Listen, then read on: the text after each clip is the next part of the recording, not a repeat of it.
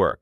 But the check isn't why the game changes here. You're not just saving anymore. You're allocating capital. Every decision is about compounding at scale.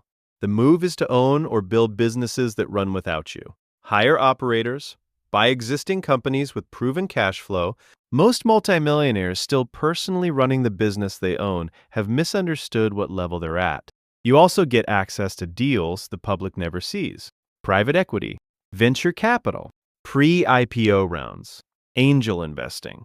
Minimums are usually $250,000 to $1 million per deal, which is exactly why 1 million net worths never get the invite.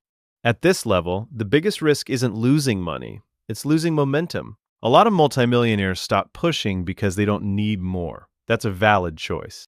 But if your goal is the next level, passive income alone won't get you there. You need equity in something that can scale 10x. Ultra high net worth. Ultra high net worth starts at 30 million. It tops out around 100. There are roughly 300,000 people worldwide at this level. This is where money stops behaving like money and starts behaving like a tool. You don't have assets anymore. You have an institution. The move is to set up a family office, a dedicated team that handles investments, taxes, estate planning, and deal flow. The minimum economical size for an outsourced family office is around 30 million, which is exactly why this level starts there.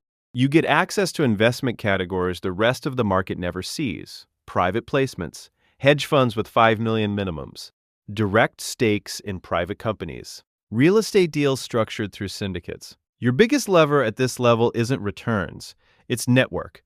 The deals that actually compound wealth at this scale aren't listed anywhere. They come from another UHNW person inviting you into the round. This is why rich people stay rich. It's not magic, it's access, and access only gets handed to people already in the room. Centimillionaire, 100 to just under a billion, roughly 30,000 people globally. You're in the top 0.001%, and you're still not a billionaire.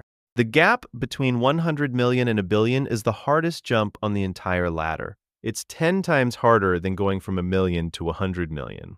The reason is math. Compounding normal investments won't get you there in a human lifetime. Park 100 million in the market returning 10% a year, and you hit a billion in 24 years. Most people don't have 24 years left when they reach this level. The only real path from here to billionaire is owning equity in something that 100 times. A tech company that goes public, a venture fund that hits a unicorn, a private business that sells for 10 figures. At this level, you stop diversifying and start placing concentrated bets. Anchor a venture fund. Take founder positions in high-growth startups. Acquire and roll up mid-market companies. Diversification here locks you into being permanently wealthy. Concentration is the only path to permanently legendary, billionaire. $1 billion, roughly 2,800 people on Earth. You could spend $100,000 a day for 27 years and still not run out. There is no step-by-step path to this level.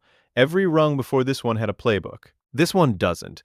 Billionaires come from 3 places. First, you built a company that dominated a market. Bezos, Musk, Zuckerberg. You put everything into one bet that scaled to own an entire category. Second, you owned equity in something that exploded. Early employees at Google, early investors in Facebook, the right stock, the right time, in enough size to matter. Third, you inherited it. Roughly a third of the Forbes list didn't build anything. They were born into a family that already crossed the line. That's it.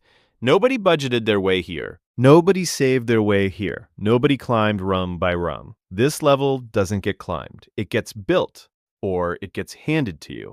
That's why the advice stops here. At this point, the game itself changed.